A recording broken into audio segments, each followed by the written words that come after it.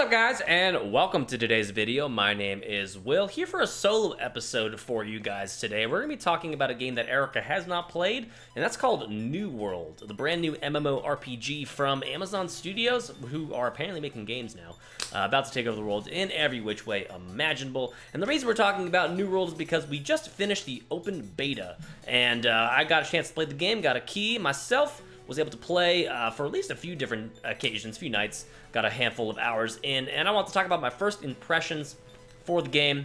I thought it was a lot of fun, but there are some pros and cons, so we're going to get into that in just a sec. Want to start talking about the story, the graphics, the gameplay, and just overall what I thought of the game. So let's jump right in.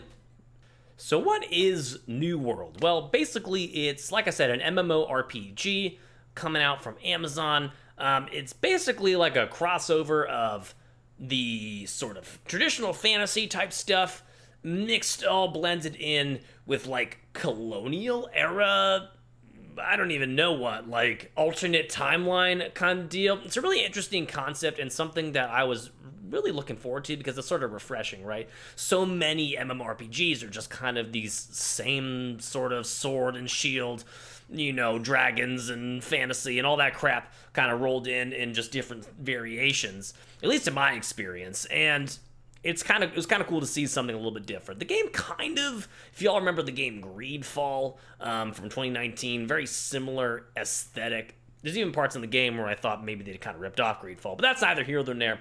Basically, like I said, part fantasy, part like colonial, you know, time shift, alternate future, or alternate past, I should say, sort of thing. And basically, the beta itself was around for 2 weeks, and we just got to kind of see like what the basic gameplay was, what the map was going to be like, and all that sort of thing. So it starts off with the story, and the game begins, and you're sort of like, you're getting a third-person view of, or not even third person, but you're looking, you know, on the outside in, and you see this kind of weird-looking dude walk in, and then he starts talking to this other weird-looking dude, and basically there's like this cursed sea thing happening, and there's like eldritch horrors like destroying ships, and all the ships are washing up on this island called Aeternum, or Eternal, or something like that. And that's kind of where you come in. You're a sailor on that dude's ship, and then you wind up on this island. You sort of crash land after the ship is attacked, and you sort of just kind of go on.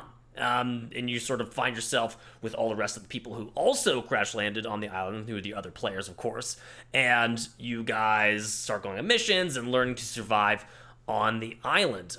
You get into character creation a bit as well. So what I went with was kind of just a goofy thing. The one thing I sort of noticed, the hair and colors and other variations were not super robust in this beta. I'm hoping for more of that in the future. And also some of it was sort of unrealistic. There was like some sort of weird hairstyles that were like very modern. They were sort of modern dye colors like greens and pinks. I made my dude have like pink, you know, mohawk with pink, like mutton chops, like a totally just wackadoodle looking guy. And it sort of takes you out of it a little bit. I understand why they chose that, because they want people to think, oh, you know, this character creation can really suit what I want to do. If I want to be goofy, I can be goofy. If I want to be serious, I can be serious. But at the same time, I kind of feel like the character creations should better emulate the kind of game world you're about to enter. So for me, I was a little turned off by that. Hopefully is the word I'm trying to think of here. Hopefully that will change a little bit. And there wasn't really much else of note as far as the story goes. To be perfectly honest, it kind of felt like the story was really just sort of an afterthought. And I think that's kind of the way with MMOs in general. Usually the gameplay becomes the front and center, you know, the raids, the bosses, the leveling, the gear, all that crap becomes the most important thing. But the story kind of take a backseat. And as someone who really likes good stories in games, that was a little bit disappointing. But again, being a beta, it's hard to really be like, okay, well, you know, this has to have a great story when they're really just trying to show off what the game is, what it looks like, and all that. So hard to really fault them too much for that, but hoping for a good story whenever this game is actually released. All right, so moving on to like graphics and the visuals and the aesthetics of the game, I thought the game looked pretty visually appealing. When it comes to MMOs, I'm more used to like the mid 2000s, like early 2010s kind of MMOs that did not have the best of graphics in the world. It's possible that MMOs look a lot better nowadays. Than when I started playing MMOs, like back in like City of Heroes and Guild Wars and that sort of thing. But overall, I thought the game looked pretty good. But I felt like the environments were just a little bit bland. Like it was just sort of wooded areas, settlements, and like beach. And there wasn't really much else. And for a game that's all about these like corrupted horrors that are taking over the world, basically, there's like zombies walking around, dead sailors, weird shit happening. I would have expected there to be a little bit more, I don't know, interesting things to look at other than just being kind of a normal island. There were some zones of the game that I didn't really check out because they were much higher level than I was when I was playing the game. They were like 25 plus. I was in like the teens throughout most of my playthrough. Those zones are sort of like these dark, sort of spooky looking zones. So I don't have too much to say about those other than that there were some places that seemed out of place, some were interesting, but beyond that, it was mostly just island, beach, settlement, wooded areas, that sort of thing. There were some like shipwrecks we got to check out. There were some caves we got to go in, and then eventually we found ourselves in the main towns. And the towns looked pretty good. My only big issue was I went through several different zones while I was playing the game to play with other friends, things like that.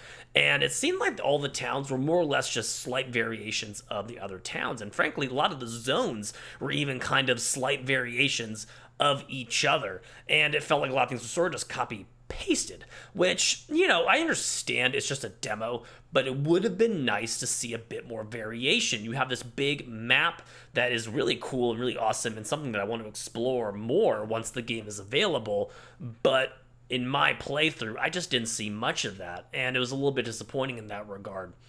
That being said, the game looked good.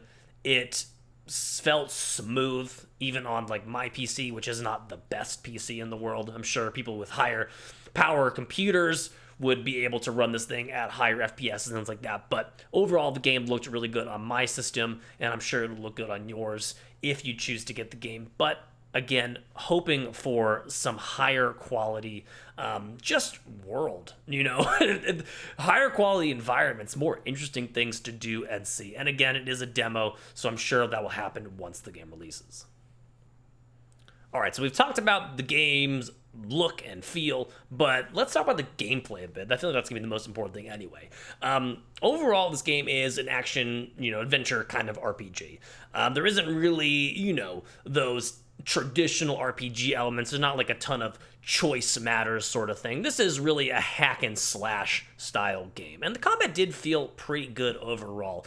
It might take some getting used to for players who are less familiar with mouse and keyboard like me. I'm really more of a console kind of guy up until recently, and I'm just so much more used to the controller. I would have really liked to have better controller support in this game, but once you gotten used to the mouse and keyboard sort of deal with the game, it all kind of works together and flows pretty nicely. We only got to see a few of the weapons and other types of gear in the beta, namely swords, hatchets, muskets, bows, and then staffs. And by staffs, I mean life staff and fire staffs. There is magic in the game. Like I mentioned earlier, this is, part fantasy, part, colonial reimagining. So there is magic in the game. I didn't really experiment much with the magic. I'm much more of a melee type of person. So I was really partial to the hatchet. That weapon was awesome. I'm hoping that I'll get to play with it much more in the real game. The bow and the swords were also pretty fun as well. The sniping felt like with the bow, range weapons felt a little bit weak. It's possible I just didn't really buff myself enough to make those weapons worth it. But overall, I felt like I was much happier with the melee weapons than the ranged ones. As far as like inventory, collecting, supplies for crafting, things like that, the inventory screen was pretty well done. It was very easy to understand. Inventory management seemed reasonable. You got like a bag, and it felt like the bag filled up pretty quickly, so it seems like you're going to have to use the town storage, which they show you earlier in the game, to drop off supplies and things like that. There wasn't really like just a general store to send things to. There was sort of like an open market. So the economy of the game seems to be that you'll be putting things up for a certain price. Other players will, of course, buy it at whatever price they deem fair to them. And basically, it's a player-generated economy as such. You'll collect supplies with which to craft things from the world itself. So, boulder, flint, wood, other things, dyes, even from like mushrooms you find on the ground, things like that. And that's how you kind of craft more stuff. I didn't get too much into the crafting. It did seem like there was a bit more depth to it than I got a chance to really get invested in. There was definitely like enchanting. So if you're looking to make your bow do more cool stuff, like have fire arrows or lightning arrows, or enchant your axe with an ability like that, that is something you look like you're gonna be able to do. So keep an eye out for that once the game comes out. Certainly there might be some people who did more of that in their beta playthrough. I just didn't see much of that, and there wasn't really any prompting to do so. So I don't think it was all that robust when they released this beta. So hopefully we'll see more of that in the future. As far as the crafting goes, you do so mostly in town, but you can also do it in camps as well around the world. The camp being much, much less suited to crafting, nice weapons or armor, but better suited towards, crafting food or whatever you need. As far as like level progression, you have a weapons mastery system and an attribute system. The weapons mastery system allowed you, basically, the more you used a weapon, the better you'd get with that weapon over time. You'd level up and start adding different skills to that weapon's repertoire, which I thought was pretty cool. I used to like that a lot, way back in the Skyrim days. I think a lot of games are doing that now more so. The more you use a thing, the better you get at with said thing. I always found that to be pretty good.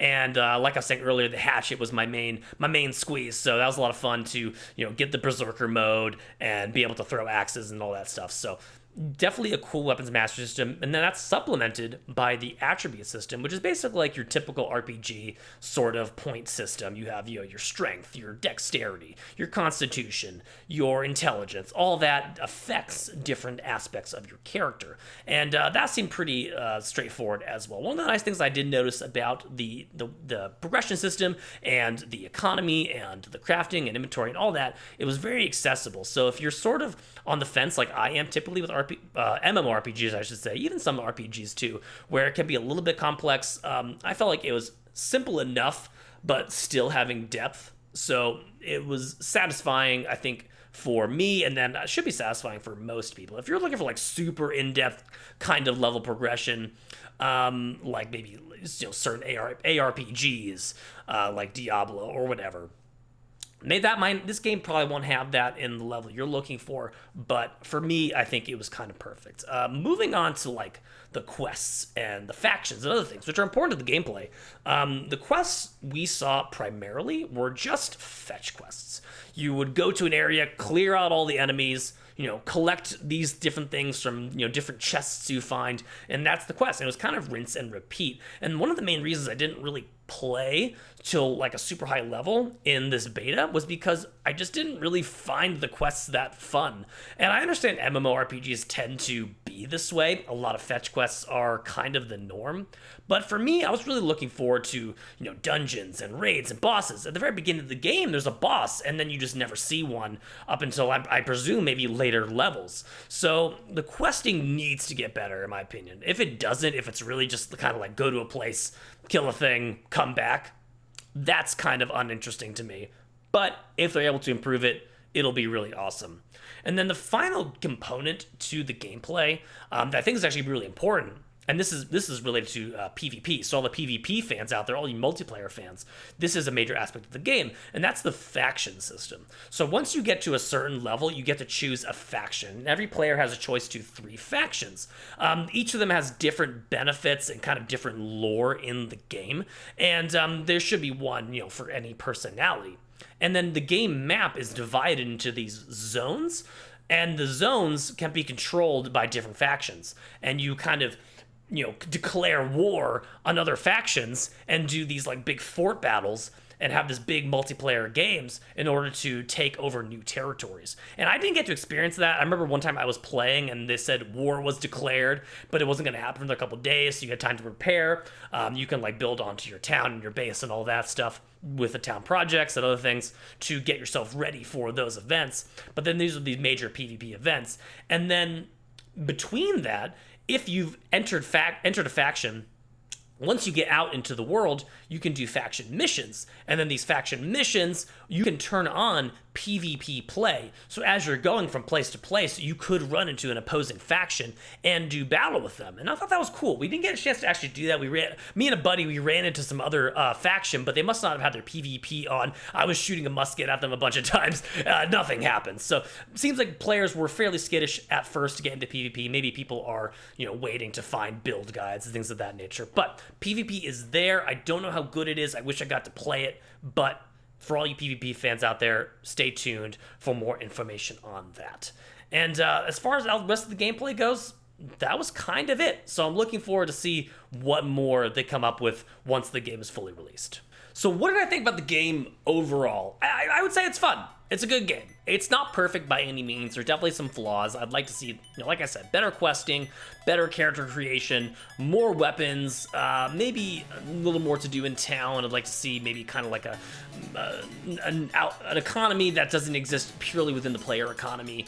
It'd be nice to have like a general store to sell stuff to, but these are kind of minor things. I think the game has a lot of potential, so I'm interested, can never say that word, interested to see what they're gonna do with the game. Supposedly gonna come out in 2021, but who the hell knows? With the world the way it is right now, it's kind of a sketch situation. So who knows? Looking forward to it though, and I think you guys should check it out if you get the chance, especially if you're just an MMORPG fan. In general. I mean, there's only been so many good ones, and I think this one has a lot of potential. So we'll see what happens. Overall, I think I would give the beta experience maybe like a 7 out of 10, with a strong desire to see more in the future. And I'm gonna be done for now, so hope you guys enjoyed the video. Hope you guys enjoyed the first review on the channel. So let us know what you think of the format down in the comments, and if you'd like to see more from us, we never usually do this in our videos, but feel free to hit that like and sub button. It really helps the channel quite a bit as we are fairly new. And yeah, we'll see you guys in the next one. Peace.